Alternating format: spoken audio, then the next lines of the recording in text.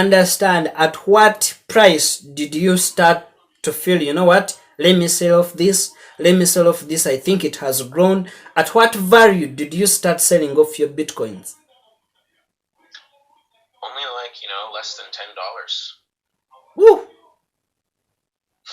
What did you think? What did you feel then? Did you feel it had grown too much and it had given you too much profits? I felt that I had to pay my rent, and my landlord did not understand my crazy Bitcoin talk. Landlord wanted cash. So maybe I should have done more work and tried to save more. Yeah. I think that's one thing I wish I had done. If I could talk to younger Andrew, I would tell younger Andrew to do more work, more tutoring work, and buy more coins. But it's a busy world. It's chaotic.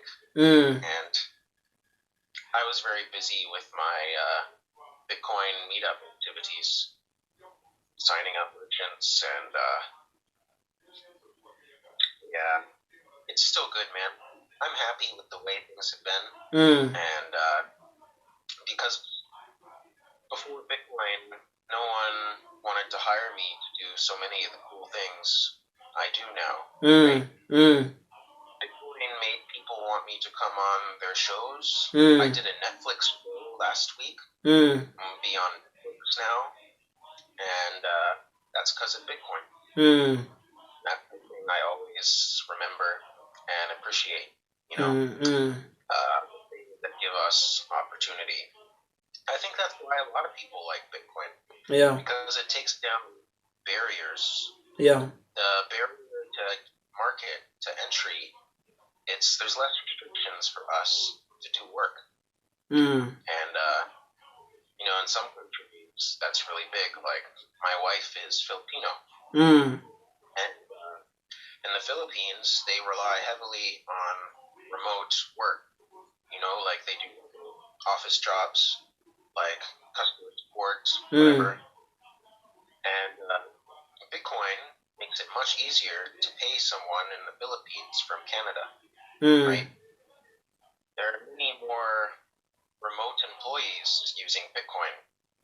And we just use it all the time now. Like in the Philippines, we use it for remittance as well. Every time we want to send money to the Philippines, we use Bitcoin. Because in the smaller towns, the cities are fine, but in some smaller towns, you got to use Western Union, or your bank is really slow and small bank. So sometimes we find Bitcoin easier to use.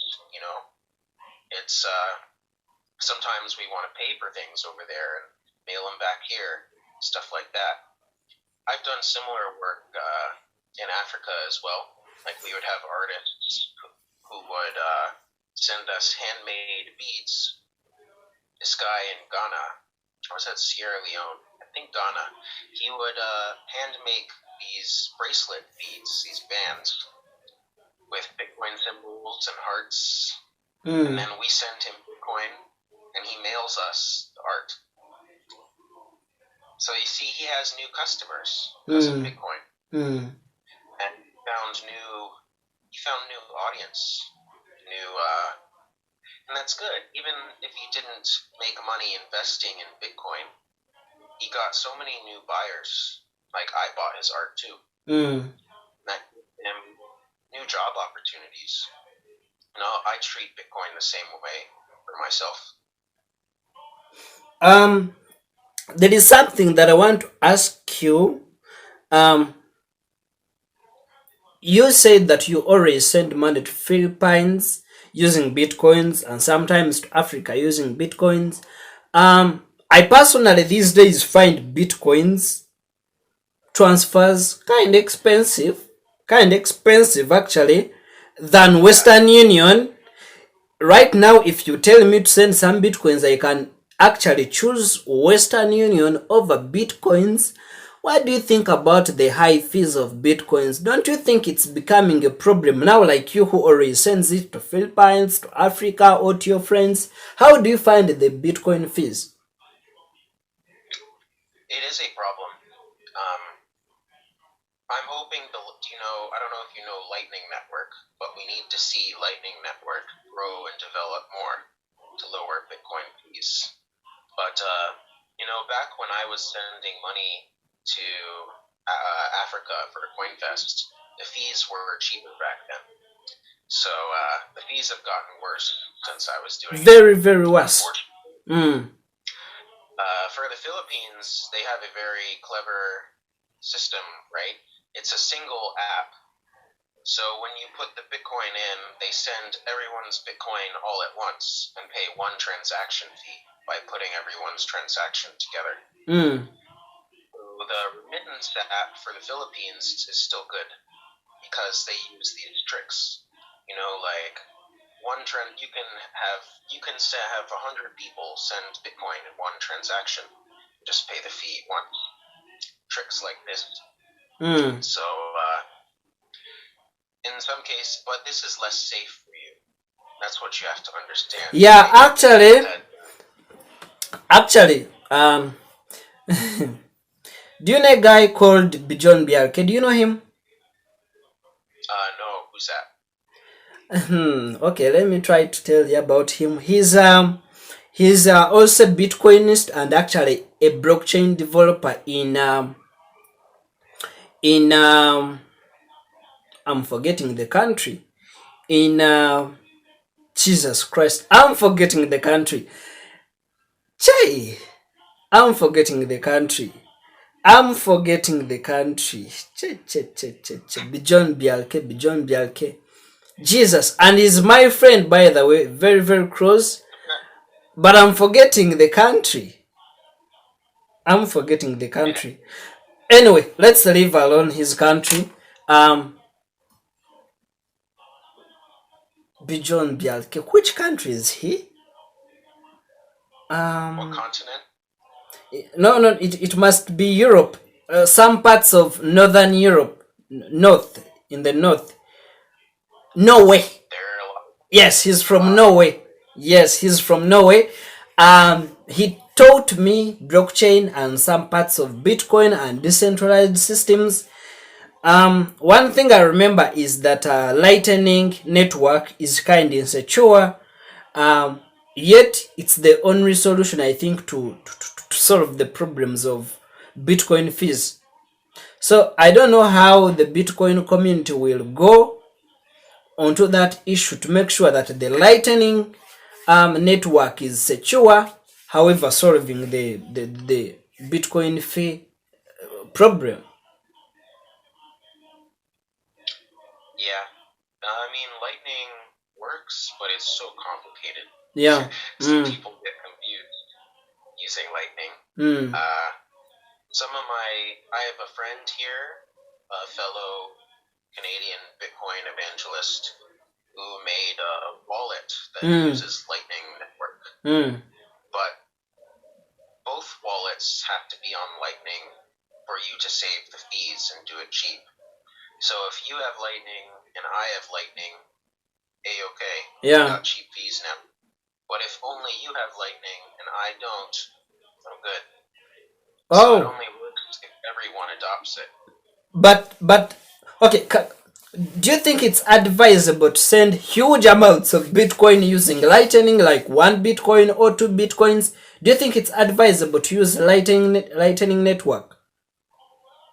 Or it's insecure? I think it's secure. Yes, I don't think you're likely to lose your money. My only concern is making a glitch mistake if you're not a developer or something. My friend who does his Lightning wallet, he still recommends that you not spend more than like $10,000 or so on the Lightning network. And that's I think mostly liability. He's very paranoid that if you lose your money, you'll get mad at him. And I think think you're right. This is advisable. You should not keep all of your Bitcoin on the Lightning Network. Yeah. But it is a good way for small payment amounts. So a Lightning Network is very good, for example, for remittance or connecting to an exchange. It's kind of like, maybe think of your main Bitcoin wallet as your savings account, and your Lightning wallet is your debit spending account. You know, pay money, put money that you want to spend in your Lightning wallet, and put money that you want to save in your regular Bitcoin wallet. That's your safe. That's your piggy bank. Non-Lightning is your bank. If that makes sense. I think it will take off. I am very excited about these layer 2 solutions, we call them. Ethereum is doing its own second layer scaling solutions as well. I think people are just impatient, I guess. Right now, we have, I don't know if you've heard the term growing pains. Growing pains, like kids might grow too fast. Bitcoin also has growing pains, because if the price goes up faster than the technology is built, and there's too many, they don't know how to handle so much people using it. This is our situation today. The price went up faster than the Bitcoin network could grow stronger. What they need, I think, more miners. When more miners come, your fees go down again. Right? By the way, these days I'm like, hey, what's happening? Every single day Bitcoin is like, I don't really understand what is happening. Since, was it like November, December, January, somewhere from October, November, January, December, Bitcoin price has been always going up. I don't know if it will keep and maintain this pace. I don't know. I think it's a scary territory right now. Because in general, Bitcoin is going up for some good reasons, but also for some bad reasons. And the good reasons are that Bitcoin is succeeding partially because right now the bank system is not doing well. Whenever the bank system does badly, Bitcoin does well, because there they compete.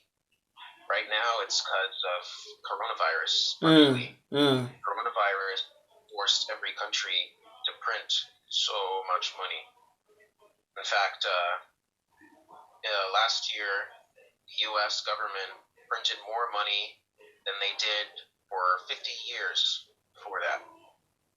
So in 1 year, they printed as much money as they did in the 50 years before that.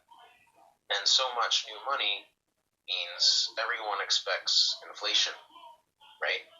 If you just keep printing new dollars, you think they'll not become worth as much. So people are buying Bitcoin expecting that coronavirus has hurt the economy and financial system. There's also people buying because they see conflict. Whenever there's potential for war between countries, or some kind of bad thing looks like it might happen, Bitcoin goes up, because it's like the disaster outlet. You think the world is ending, buy Bitcoin. But there's also some unsustainable reasons right now, because the Reddit people right now, I don't know if you've seen the Reddit of GameStop and Dogecoin. These Reddit people are pumping prices of coins right now, and it's a pump and dump. They make it go up, they sell, it goes back down. So there's currently a group doing pump and dump operations in cryptocurrency. Wow. So it's kind of scary to buy right now, because you don't know when their dumping starts. Right? But also because of Elon Musk. I don't know if you've been talking about. He's insane. Elon said Tesla converted to Bitcoin, so they accept it now. I don't know what, but I think Elon might get in trouble for his tweets because the regulators are mad at him. But he's so rich. What are they going to do? I don't know. In general, people get too excited. You should be cautious. There is this question that always disturbs my mind when I think about Bitcoin, cryptocurrencies, blockchain, and all that. I always wanted to find out from people who knew Bitcoin, then people who have been reading about blockchain, Bitcoin, like people who have been in the Bitcoin community and cryptocurrency community for long, whether Bitcoin is an investment platform or whether Bitcoin is actually money like any other money for spending, money for the people, money for shopping. What do you think Bitcoin is? Is it an investment platform? Is it money for the people to spend? What do you think Bitcoin is right now, and what is the future of it? Bitcoin, to me, I mean, you can use it as money, but long term, I think it's an investment. When you own a Bitcoin, you're owning a piece of the network. You're